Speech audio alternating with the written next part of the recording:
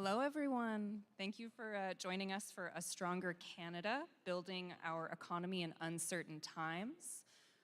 As Kevin said, my name is Emma Raquel, and I'm the labor reporter at Press Progress. I started last week. This is week 2 for me. You don't know how I'm going to do yet, so that may be premature.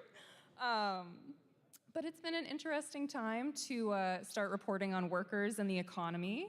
I've been freelancing for a number of years, but going right into reporting as a full-time staffer during a federal election and a trade war is not really something that I anticipated.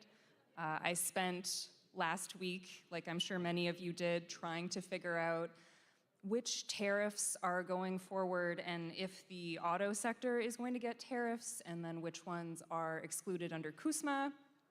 And I thought I had a decent handle on it by the end of the week until I looked at my phone yesterday and I looked at Blue Sky and I saw this post from Megan Casella, who is the Washington correspondent for CNBC.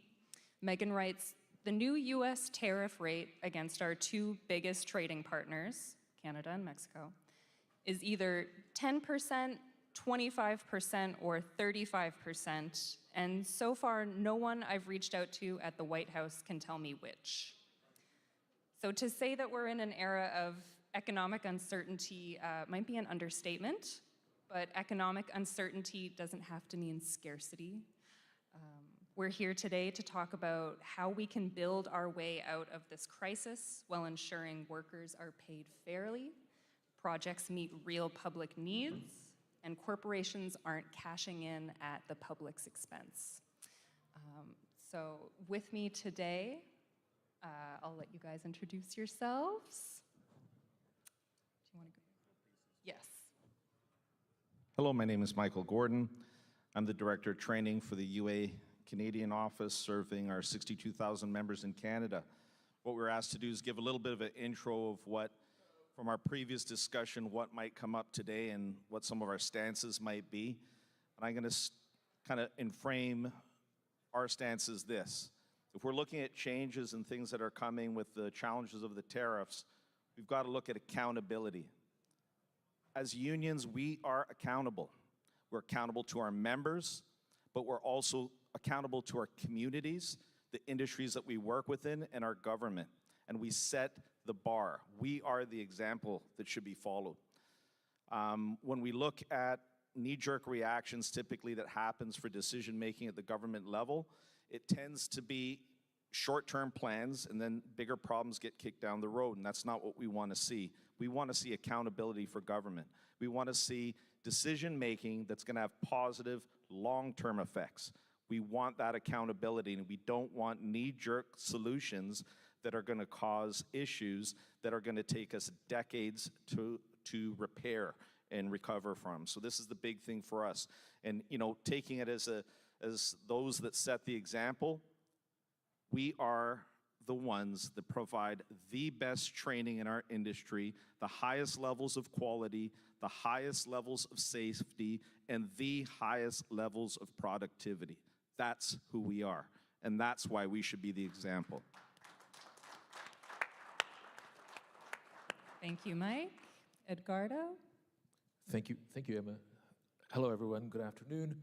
My name is Edgardo Sepulveda, and I would like the charts to come up, please. Perfect.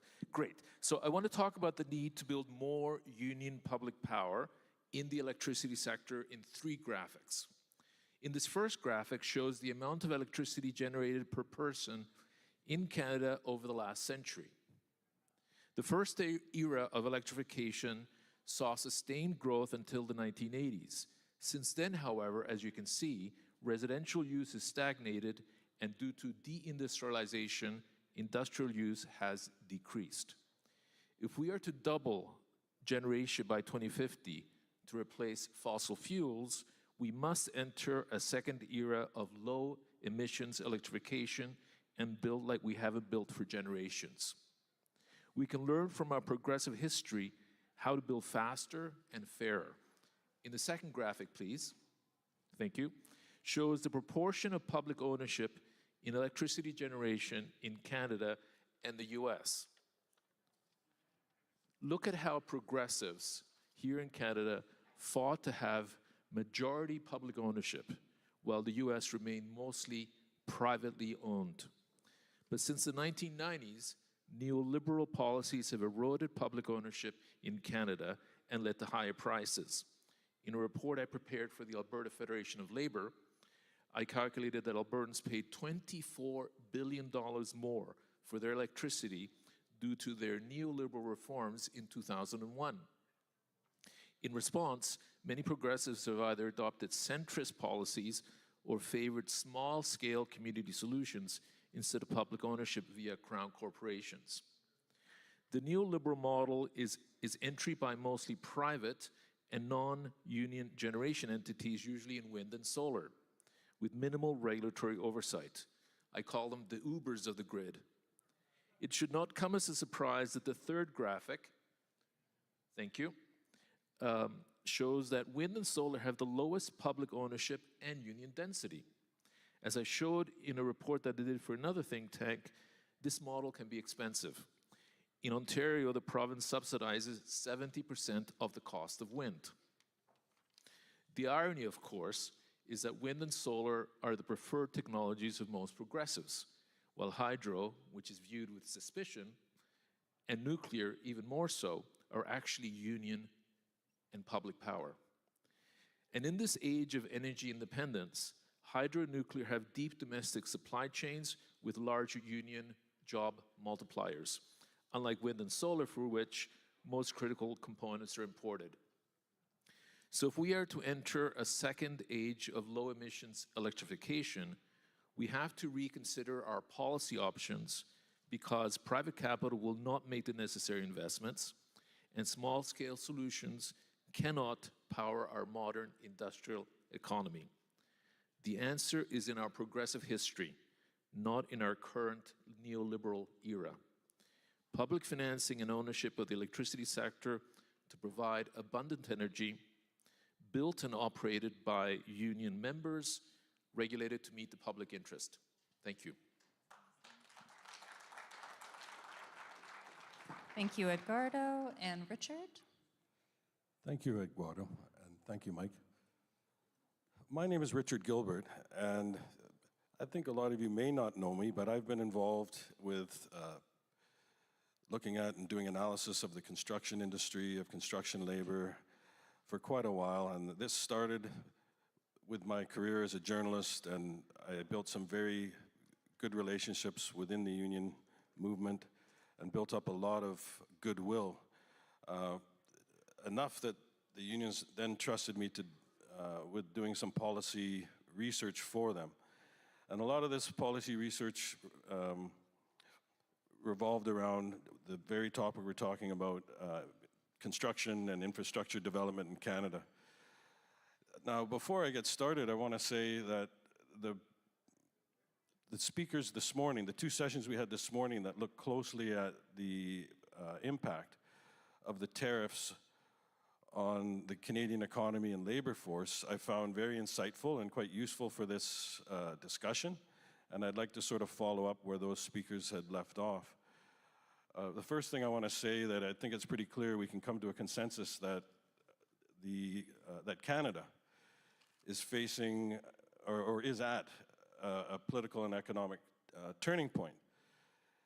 Reason being that the United States government, well, I should say traditionally, the United States government viewed Canada or considered Canada to be a sort of trustworthy neighbor, a good trading partner. Unfortunately, or not, depending on your opinion, the current government is a threat to Canadian sovereignty and to our economic independence.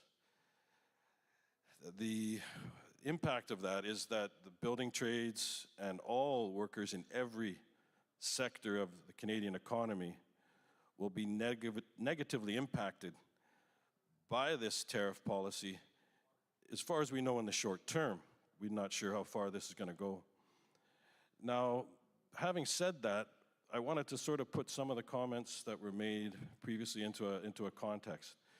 And I want to talk a little bit about the field of construction economics. But first, I want to sort of ask a couple of questions. The first question that would be relevant to the discussion we're having today is that what role and contribution can the construction industry make to improving or increasing our political sovereignty and our national independence? And I think that you've probably heard that said in a lot of different ways today, but no one has really put it, in the context of construction economics. The second question is very similar. There's overlap because we've had a lot of discussion here about green economy, transition to a green economy, low carbon development. And a lot of people were putting that out as a response to the tariffs. So you've got those two questions I believe are critical for making this transition, however you think it should happen. This is sort of the context. Now, from my own background, I'd like to just say some other things that may allow us to answer those questions a little bit better by providing a bit of a framework for doing the analysis on the construction sector. First of all, I don't know how many people in here have heard of construction economics. Has anybody ever heard of that?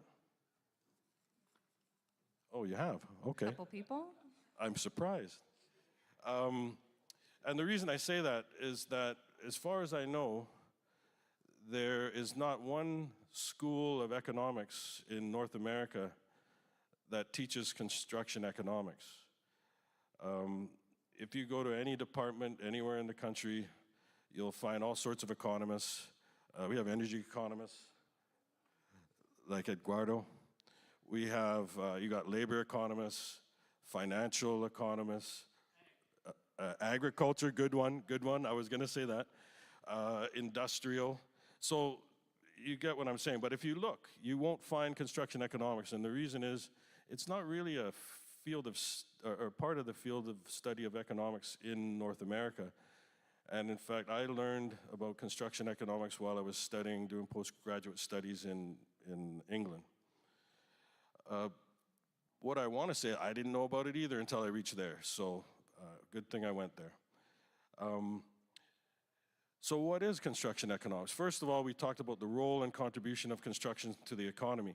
So the first thing I want to say is the role of construction in the economy is that construction is a service industry that provides the infrastructure for production in every single other sector of the economy.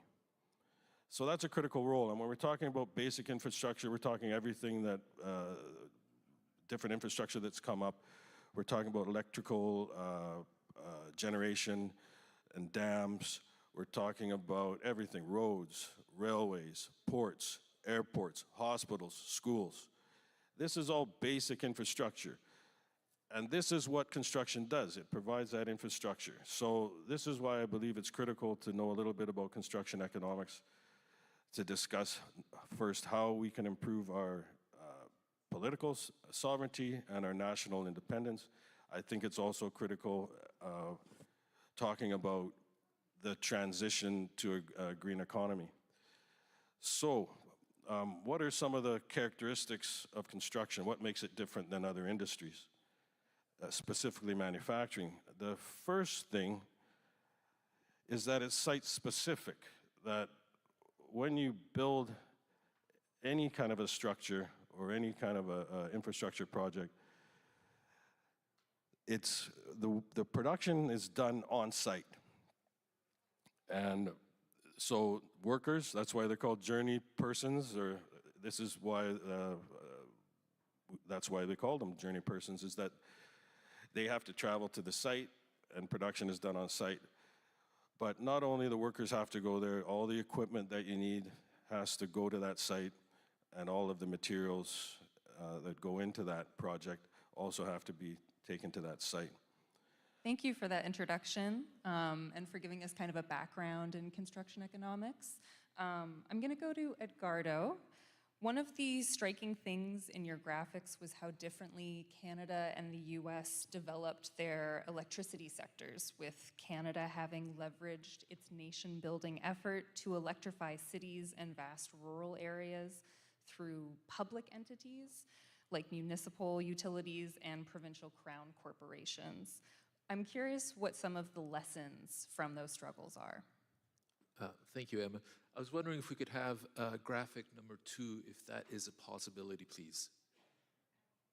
Let's see if that happens. Oh, one there, perfect, excellent. Okay, so this is a graph that shows how different Canada and the US are, just in case you wanted confirmation in this day and age. But this is showing, this is the encapsulation of years of political and electoral struggle, of union struggle to ensure that our electricity sector is publicly owned. And it contrasts very starkly with the US, which continues to be privately owned. These are electoral victories that predate Medicare. And one of the things that I wanted to raise was the awareness amongst progressives of some of our victories, and that we can win again, and that we don't have to look only at Medicare or social services. We can also look at infrastructure and critical infrastructure to look at our past for progressive victories. We do not have to rely just on the neoliberal era. So let me give you an example here. 3 big political wins. 1905, the Conservatives beat the Liberals in Ontario. It was an election to nationalize and create what was then Ontario Hydro. Huge victory. It created the largest hydroelectric dam at Niagara Falls in 1922. Second victory, Tommy Douglas, CCF, 1944, creates Saskatchewan Power. Third victory, the Liberal governments in Quebec, 1962, asked for a mandate, called the election 2 years earlier, asked for a mandate to nationalize the electricity sector in Quebec. It was called, the slogan was Mettre chez nous, and they won. And Hydro-Quebec is what it is now, a power, not only in North America, but in the world. So in addition to Medicare, we have a great progressive history, legacy of public ownership, of getting things done, and of regulation and providing key infrastructure over which we have social control. So that's one of the things that is different in Canada from the US, and I think we should be aware of that, we should defend it, and we should promote it, and we should extend it to other sectors. Thank you. Wonderful, thank you. Mike, I'm curious, if what the Canadian economy needs right now is for more national infrastructure to be built, how can we make sure that these projects actually benefit the workers who are doing the building? To ensure that national infrastructure truly benefits everybody, we have to look at, and actually before I say this, I'm going to preface it like this. You're going to hear union come out of my mouth several times, and I want some clarification there. When I say that we lead industry and we set the bar, everything that happens good for unions, rising shore raises all boats. We end up leading the way as far as all non-union entities having their conditions improved, having their wages improved, having better opportunities for those people and their families as well. So whenever I'm saying, and it looks like I'm very union-centric, but I do represent the UA, an international union, I want to put that context on it, that we look at it as we're also industry stewards. So that's the preface to what I'm going to give you as a response. So some of those things are that we need to have some good union jobs, some fair pay, and long-term workforce development as an investment, and not short-term kind of knee-jerk reactions like I mentioned in the intro. So some of those solutions, if I'm looking at the community benefit agreements, whenever we do a benefit agreement that is our contractors bid on projects with these, we're well positioned because as leaders, we've set up programs such as helmets to hard hats, hammerheads, and others, where we can facilitate the engagement and bring people in to job opportunities. And when we tie community benefit programs, you're giving good wages to those participants, you're encouraging people, our contractors, to hire more people to bring in through these opportunities, and it's typically within their communities. So we often say we need the job sites to look like the communities that they're working within, and that is a mechanism that we support.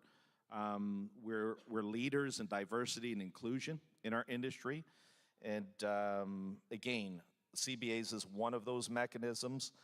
Prevailing wage, again, we said rising tide raises all boats, so by having prevailing wage, we don't have contractors come in and bid on projects using the union wage and then not have accountability as a mechanism to make sure the people that they hire are actually paid appropriately and compensated for the highly skilled work that they perform.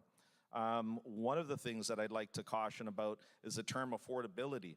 I've heard that brought up by the federal government several times, and it pops up in different locations. And one of the things, if we look at low-rise residential as one of the targets for that, they're not looking at lowering the price of materials. If you're looking at affordability for housing, we know that the cost of living is exceeding the cost of wage increases. But if we're going to look at affordability and you're targeting the residential sector, what are we actually looking at? You're looking at labor, because you're not dictating the cost of the materials. In fact, they're going up. So you're looking at this needs to be carved away from labor, and how do we do that? Well, if you're looking at the modularization, this could be a solution, but there's two cautions that I'd like to identify and provide clarity to. Modularization of home construction means bringing things into enclosed fabrication centers and building them like an assembly line. Bringing people in, for us, say as a plumber, as an example, and claiming that you're bringing them in as an apprentice to do Lego installations in a stick-to-stick type of A to B, B to C type of assembly means you're not training them in the scope of their trade. And what do I mean by that? You're not preparing them for success. When I said long-term, we need to differentiate between that type of atmosphere and say that that's a fabrication professional. That is not a tradesperson. It is not a plumber, right? So when we're looking at these things and the solutions that are being targeted, yes, that could be a solution for modularization, but we need to delineate between what a tradesperson is and what they are not.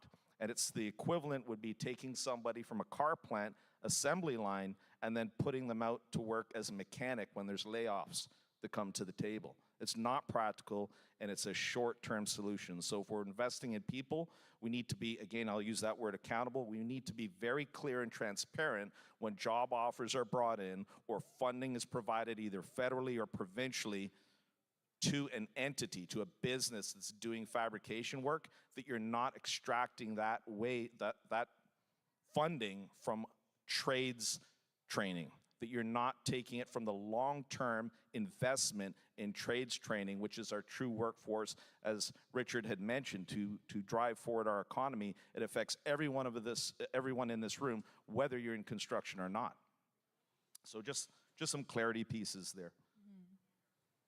Great, and I just want to go off of that, talking about the workforce.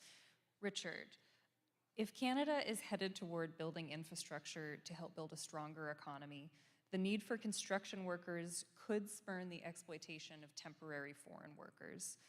You've written about immigrant workers in the construction trades for LiUNA West and called it modern slavery. We also had a UN special rapporteur visit our country in the past couple of years and use some of the same language. How can we make sure that these infrastructure projects aren't exploiting anyone who is doing the building? Okay, tough question. Well, if we're talking about the UN, first thing I want to say, the government of Canada has created the whole, the legal and regulatory structure the federal government creates is what allows foreign workers as well as Canadian citizens to participate in the labor force. And the fact that the government makes that distinction and has these workers coming in on a temporary basis is what creates the vulnerability and the precariousness of the work that they're doing. You mentioned the UN. So the reason I called it modern slavery is because if you look at the UN's definition of modern slavery, it basically includes indentured servitude. And if you look at temporary foreign workers who come in basically under two different programs, the International Mobility Program and the Temporary Foreign Worker Program, those workers by definition are indentured because they're coming here on two types of work permit. One work permit, employer-specific permit, means they can only work for one employer in one job. They can't work for anybody else. And you know, if they cause problems for the employer, they're threatened with deportation.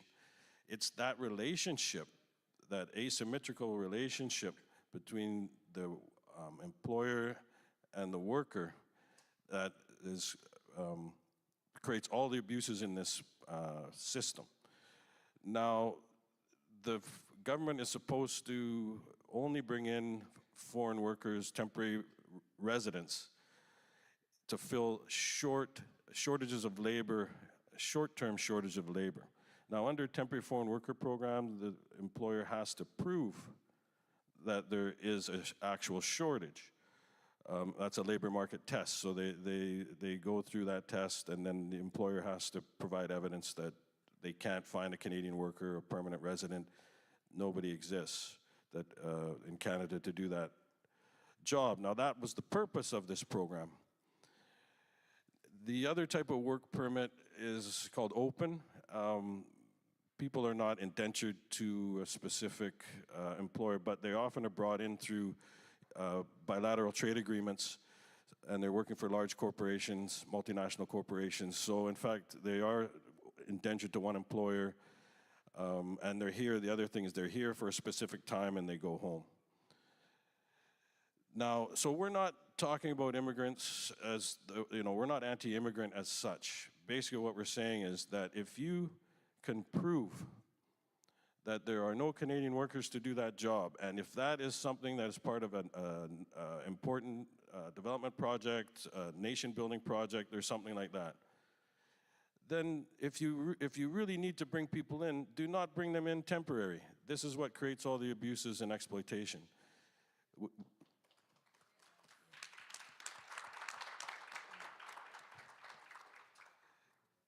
We have to do what we've always done. If you look after World War II and a lot of the construction that was done and building Canada at that time, a lot of these were tradespeople who left Europe after the war. They weren't asked any questions about whether they could, their education, whether they could speak the language or not. A lot of them couldn't speak English. No, it was good enough that they had those skills and they were brought to Canada to do that work. And that's the way Canada likes to traditionally think of itself, as a country that we welcome people, that we bring people in. But if you look at the data on the number of foreign workers coming in, that consistently, over a period of more than 2 decades, the government has moved away from permanent residence as being the primary purpose of the immigration system and transferred over to temporary. And it's not even close, the number of people that are coming in. If you look at this year or last year, there's probably at least 6 times the number of temporary residents coming into work in Canada than there are permanent. It's huge. So I think basically if we're going to have a plan to further industrialize the country and build infrastructure that helps increase our political sovereignty and our national independence, then we need to bring people in permanently. And in fact, if they can't fix the problems with the foreign worker program and the two programs that they have, I think they should just be abolished, because it's ridiculous about how every government, conservative, liberal, they've both done it. They blame each other. Last election, 2015, Trudeau said, Liberal government said that the Conservatives had destroyed the immigration system, and that was proof that their policies were completely, useless or bankrupt. I don't know what word to use. But then we have an election now, and what the Conservatives are saying, that the Liberals did it. But if you look at the data, every government has done the same thing. So, forget the name calling and the blaming. We just need to fix the problem. Thank you so much for that. So many important points. I want to go to you, Edgardo. You're a regulatory economist and consultant. You've researched and written extensively about electricity and telecommunications infrastructure. The construction and trades are correctly seeing Trump's tariff war as an opportunity for Canada to invest in its own infrastructure. I'm curious what some of the conditions are for these projects to be built, and if you can also tell us why it's important that we scrutinize the governance and regulatory frameworks of these projects. Thank you, Emma. Yeah, so look, I mean, like everything else, it's all about labor and capital. On the labor side, what we need is highly trained, unionized construction workers and people who work in manufacturing to be able to build the key physical infrastructure to be able to decarbonize our economy through electrification. That's on the one side, and then also we need that labor, that union labor, to also stay on at the plant level. It's not sufficient just to construct it. It's also necessary for it to be operated. So that's why we have a whole supply chain, so to speak, of labor that can help us decarbonize through electrification by constructing and then actually operating it. So on the operating side, you have unions across Canada like the IBEW, the SUP, the PWU, et cetera, who are the people who actually operate these, our electrical infrastructure, and a series of other municipal unions who do the distribution. So that's critical. The second part is capital. There's both the financial capital and the physical capital. And the financial capital, obviously, I've been making a pitch for public ownership. The capital has to come from somewhere. We know that governments can borrow at a lower rate than private capital, so there are some savings there. And also we know that there's no profit involved. And so, like Adam Beck used to say about Ontario Hydro, it's power at cost. So this is why public ownership actually makes sense from a social perspective, but also from an economic perspective. And then there's the physical capital. We have to make sure that we get the most bang for our buck in terms of what we put in our infrastructure. So it's one thing for us to import most of the key ingredients from whether it's China, from Europe, from the United States, or whether we can actually provide most of the critical infrastructure here from Canada. That does two things. It has huge economic multiplier effects because it hires a whole series of infrastructure and companies that actually provide those key jobs, and they stay at home. We're not buying those exports. And the other part is that it's great because it has huge jobs multipliers. Those people, those companies employ mostly union labor, and so you get two benefits. One, you get publicly owned infrastructure, and then you have the jobs associated with both the manufacturing, the machining, and the actual operation of the infrastructure. So those are the three key elements, both on the labor side and on the capital side. Thank you. Mike, I'm not sure you've heard, but we're in the middle of a federal election. And there's been a lot of talk about removing internal trade barriers within Canada as a way to deal with the economic impact of Trump's tariffs and to build a more resilient national economy. I think we can expect to hear a lot about making the trades workforce more mobile and able to respond to demand quickly. This always seems like a bit of a red flag to me as a labor reporter when I hear about workforce mobility. I just think of Uber and things like that. I'm curious how we could make it easier for workers in the trades to be able to meet that demand wherever in the country the demand may be without compromising training and good working conditions. Appreciate that, Emma. I'm probably going to touch on Richard and Edgardo's comments a little bit as well with that to provide a fully rounded answer. So there's a lot to unpack there, and I'll start with saying and echoing what you said. We don't want to compromise the integrity of training. That's number one. The quality of work and the safety standards across the country to keep people safe and that they can go home to their families every day. But there's also, I go back to that language of accountability, and when we're bringing people in to this country, if it's temporary foreign workers, in the absence of that being abolished, let's set people up for success. So bringing people in under the guise that they're qualified in their country, that could be a 1 month or 2 month training session, and bring them here to operate within the capacity of a profession in Canada that takes 5 years to begin your true journey, is doing them a disservice. It's doing them a disservice. So there needs to be better assessments for people before they leave their shores to come to Canada. So there's that.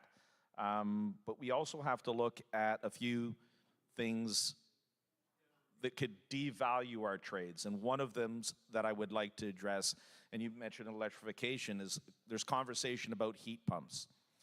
Is the be-all stamp of that's the solution for everything. And heat pumps, for those that aren't aware, if you imagine in your home, most of you in this room will have a furnace in there. And a heat pump is a type of furnace that can do the heating and the cooling. Think of it that way. But it doesn't work in all situations. It does not. And having that as another knee-jerk rubber stamp for a great deal of money to be thrown towards with the expectation that it's going to work, technology can be fickle with the general public to adopt. And by putting incentives for anybody in this room that has the dollar amount it costs to heat your home or to keep it cool, if you realize it doubled because the equipment was not sized or, heaven forbid, installed improperly, that it fails prematurely, it doesn't matter what the incentive is. When your family is cold and you have no heat in the middle of the coldest day of the year, that's what counts. And true tradespeople are being displaced by initiatives, and I'll put it under one banner: micro-credentialing. Micro-credentialing can work, but micro-credentialing can work by the way we look at it. There's an age-old term that they used to use called skill setting. If we're using it to skill set, does not work. If we're using it to add to a trade and add to qualifications. So for example, if you're an ears, nose, and throat specialist, you are first a doctor. Then you become an ears, nose, and throat specialist. So why are our trades continuously looked at as a make-work project?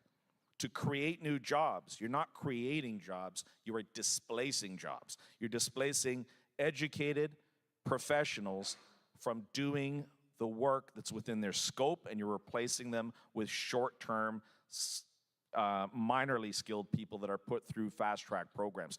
That's just an example.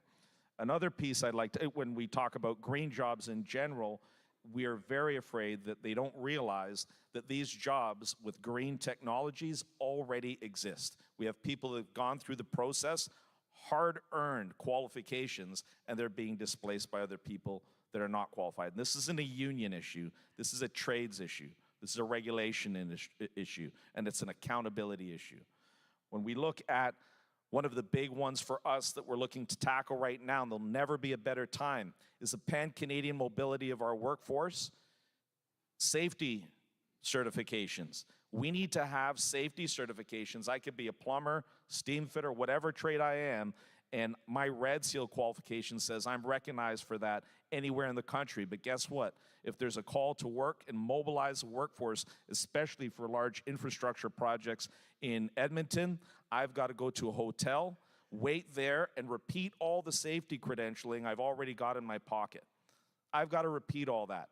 That's time away from my family. That cost gets trickled down to the client or owner.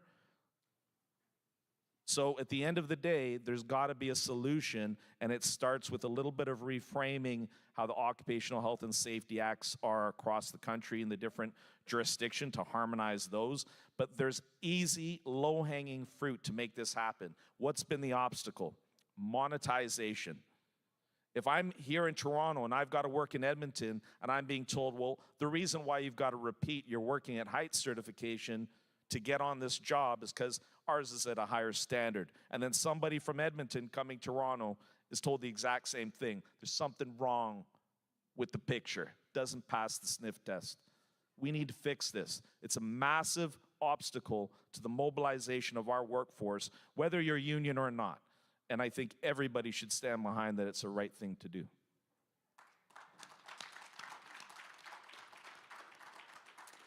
Excellent. All right.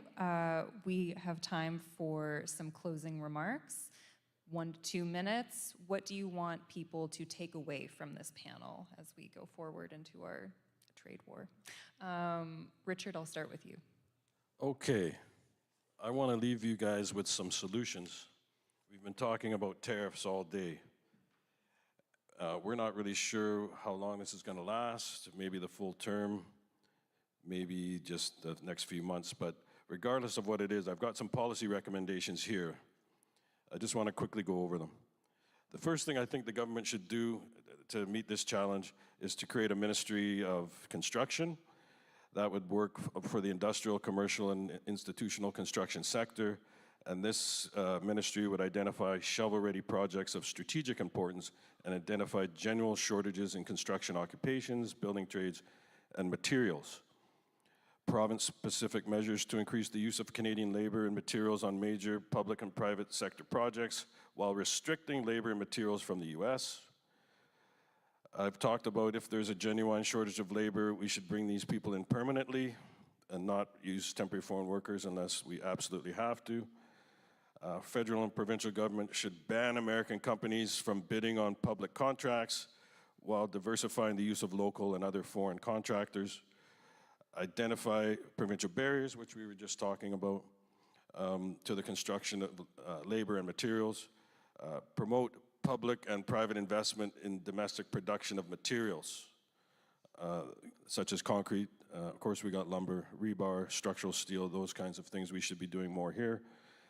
And to diversify the sourcing and import of construction materials using existing trade partnerships in Europe and Asia.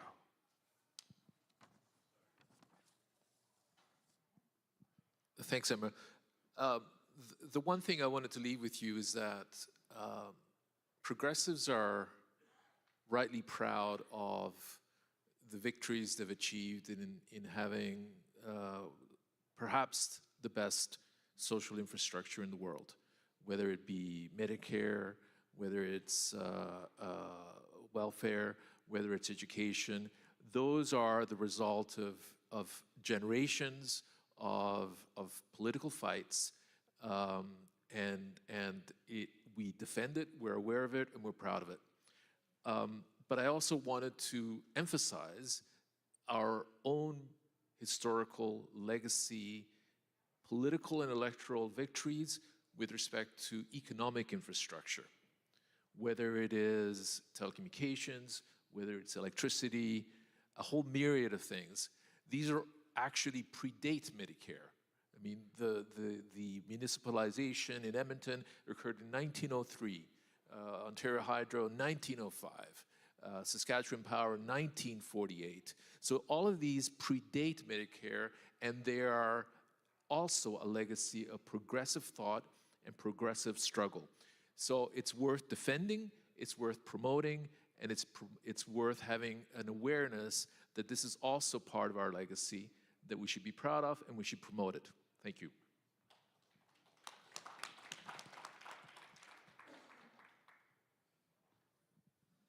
I'll use the same language again, accountability. We need you to support us. We need everybody in this room, when you hear these conversations, to echo what you've heard here today. We need to be invited to join you. We're not shy to speak. We'll speak on these very important topics. We don't look at it as we're guardians for the unions. We're guardians for labor. We're guardians for the trades. So if you invite us to be there, the value that we provide is value to all Canadians, but we can't do it if we're not in the room. So that's a big ask. Let's do it together. Wonderful. Thank you so much for joining us. Thank you, Mike, Edgardo, and Richard, for your insights, and have a good rest of the conference. Thank you so much.